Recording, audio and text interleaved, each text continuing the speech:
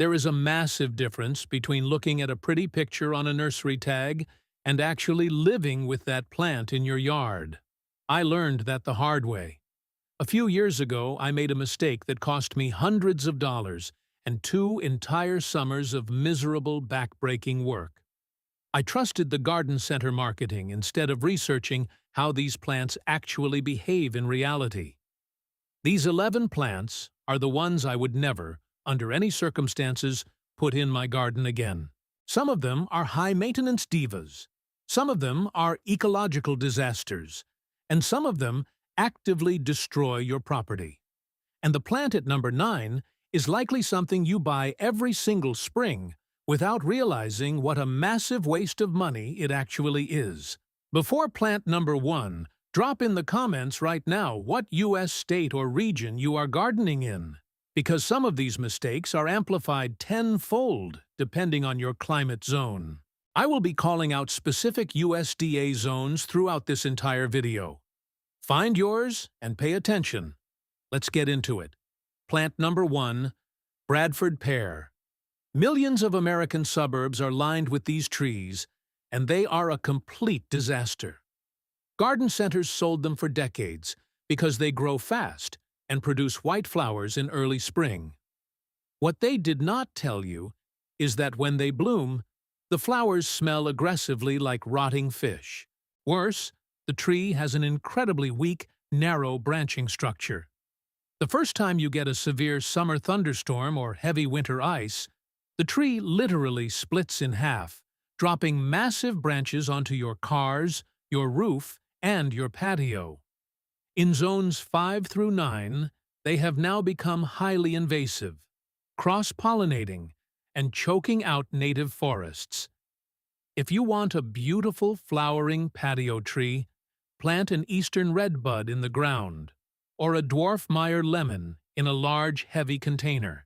Never plant a Bradford pear, and if you have one near your house, budget to have it removed before the next major storm. Plant number 2, hybrid tea roses. This is the ultimate trap for a gardener who wants a beautiful patio but hates maintenance. When you buy a hybrid tea rose, you are essentially adopting a fragile patient that requires full-time medical care.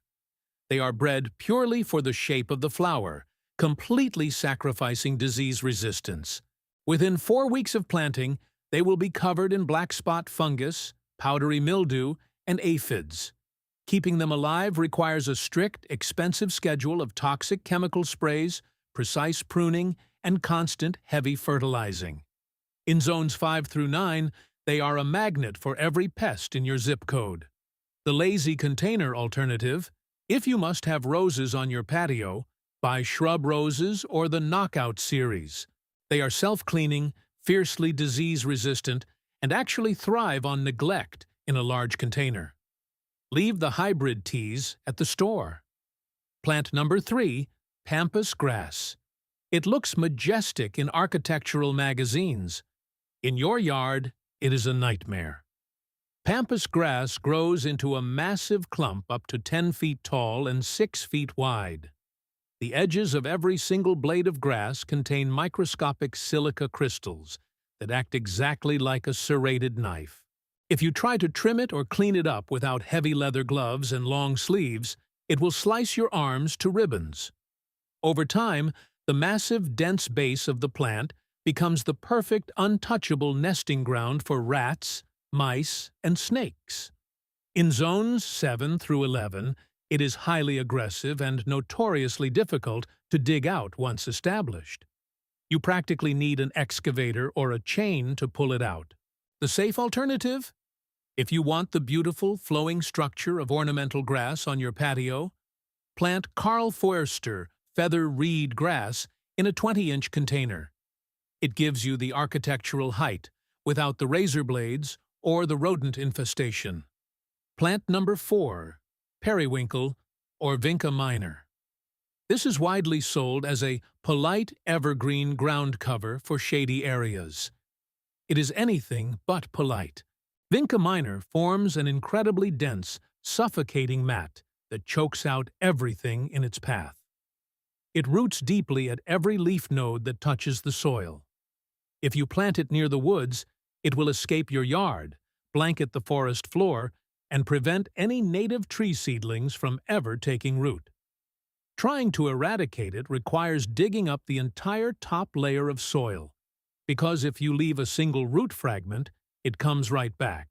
In zones 4 through 9, it is an aggressive survivor that thrives in the worst conditions possible. The rule for vinca: if you absolutely love the blue flowers and glossy leaves, you must grow it strictly in a hanging basket above a concrete patio, where the trailing vines can never make contact with bare dirt. If you are still watching and you are not subscribed yet, here is what that actually means practically. YouTube will stop putting this content in your feed. Not slow down, stop. The algorithm only consistently delivers videos from channels it recognizes you follow. I release practical, experience-based container gardening content every single week. Content that saves you money, saves you time, and stops you from buying plants that are going to fail before summer ends. Hit subscribe right now. It is free, it will always be free, and it takes less time than it just took you to hear that. Plant number 5, butterfly bush, or Buddleja. This hurts to admit, because the marketing for this plant is incredibly effective. It is sold as the ultimate pollinator plant. And yes, adult butterflies will flock to it to drink the nectar.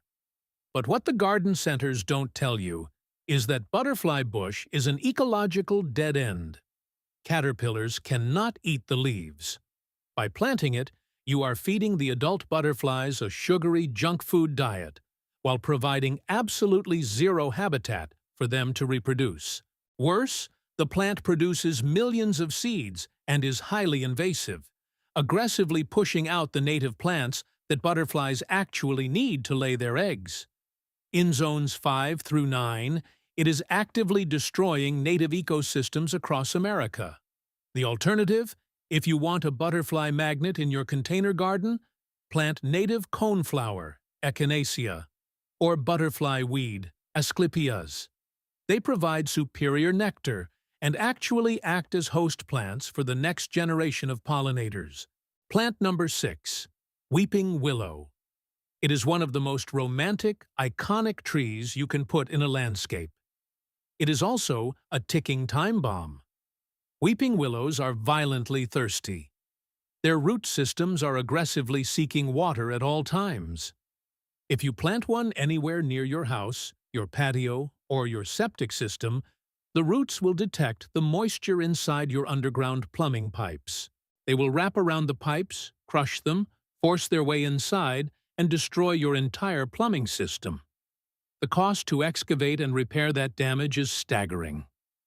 In zones 4 through 9, they are massive liabilities for residential homeowners.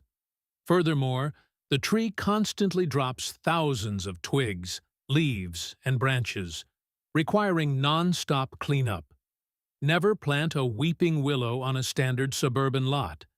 It belongs by a pond on a 10-acre farm, far away from human infrastructure. Plant number 7, hostas, specifically hostas planted in the ground. Hostas are beautiful, lush shade plants. But when you plant them directly in garden soil, you are essentially opening an all-you-can-eat buffet for local wildlife.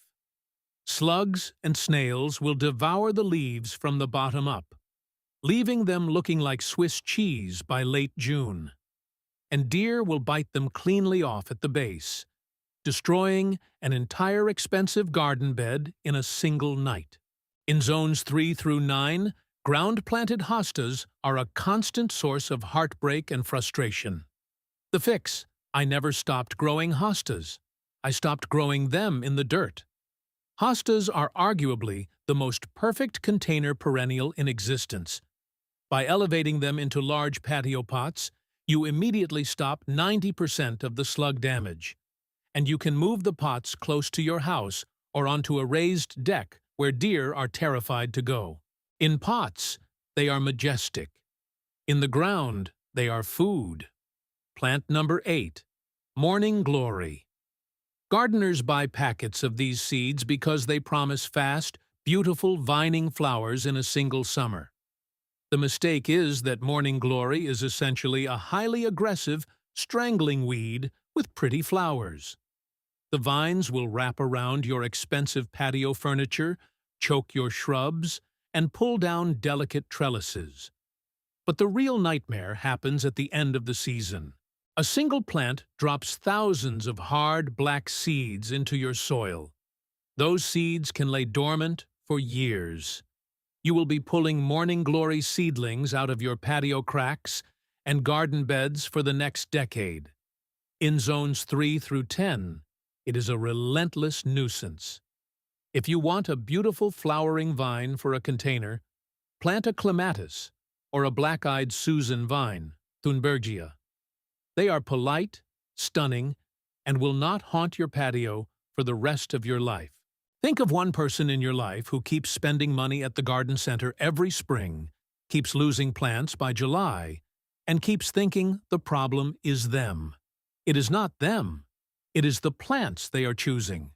Send this video to that person right now. You do not need a message, just the link.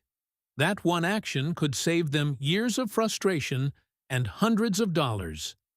Hit share. Do it before you forget. Plant number 9. Standard petunias. This is the trap that millions of American gardeners fall into every single May. You buy a massive hanging basket of petunias because it looks perfect at the nursery. But standard petunias are incredibly high maintenance. To keep them blooming, you have to manually deadhead, pinch off, every single sticky dead flower. If you do not, the plant goes to seed and stops blooming entirely. By August, the plant becomes long, stringy, bare in the center, and looks terrible. You are renting temporary color in exchange for weekly, sticky labor. In every single climate zone, standard petunias are a frustrating, short-term investment. The lazy alternative: if you demand that classic petunia look, only buy Superbells, Calibrachoa, or Supertunias. They are genetically bred to be self-cleaning. The dead flowers fall off automatically, and the plant never stops blooming. Stop buying the cheap ones that force you to do the work. Plant number 10. Leyland Cypress. Homeowners plant rows of these to create a fast, cheap privacy screen from their neighbors. It is the worst privacy tree you can buy. Leyland cypress has a highly shallow root system. When it grows to 30 or 40 feet tall, it becomes a massive sail. In a strong windstorm, they do not just lose branches. The entire tree uproots and falls over, usually taking out fences and power lines.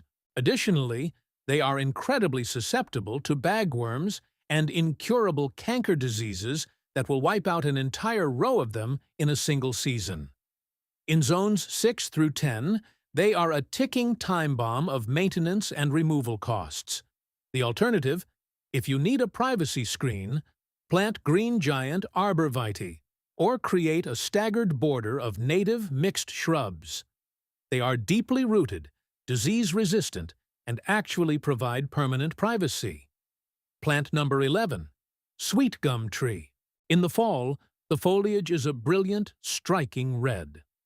The rest of the year, it is a massive hazard. Sweet gum trees produce thousands of hard, spiky, woody seed pods, often called gumballs. These spiky balls drop relentlessly from autumn straight through the winter. If you have this tree near your patio or lawn, walking barefoot is impossible. If you try to mow over them, they act like shrapnel flying out of your mower deck. You will spend hours every single weekend raking them off your grass and driveway just to safely walk to your car. In zones 5 through 9, it is the most annoying, high-maintenance landscape tree in existence. Never plant a tree that creates a permanent chore for you. The entire philosophy of lazy gardening is removing the chores so you can actually sit on your patio and enjoy it. We are not ending here. Avoiding these 11 massive mistakes is a great start, but if you want a yard and patio that actually thrives on its own, you must implement the 3 secrets of lazy container gardening. These are the rules that separate the frustrated gardener from the relaxed one. Secret number 1, use containers as your testing ground. Before you ever commit a perennial to your expensive landscape beds, plant it in a 16-inch patio container for a full year. Watch how it behaves. Does it require too much water? Does it spread too aggressively? If it fails the container test, throw it out. The pot protects your yard from your mistakes. Secret number 2, container size is your insulation against death. A tough perennial in a 10-inch plastic pot will bake in the summer sun because there is no soil mass to protect the roots. That same plant in a heavy 20-inch container has a thick wall of thermal mass that keeps the roots cool in 100-degree heat and prevents them from freezing solid in January. Minimum size for a lazy patio is 16 inches in diameter. Secret number 3, the soil mix does half your work. Never use heavy, cheap garden soil. The correct recipe for a zero-maintenance patio is 50% quality potting mix, 30% coarse perlite, and 20% compost. It drains instantly, holds exactly enough moisture, and feeds the plant slowly without synthetic fertilizer. I put all of these specific soil recipes, exact container sizing charts, and a list of over 50 polite, low-maintenance perennials into the Complete Container Gardening Guide. The link to get it is the first thing in the description below. If you are in your 50s, 60s, or beyond, you have spent enough summers fighting high-maintenance plants and cleaning up mistakes. Subscribe to Ancient Harvest right now. Tell me in the comments, which plant from this list has caused you the most frustration in your yard? I will see you in the next one.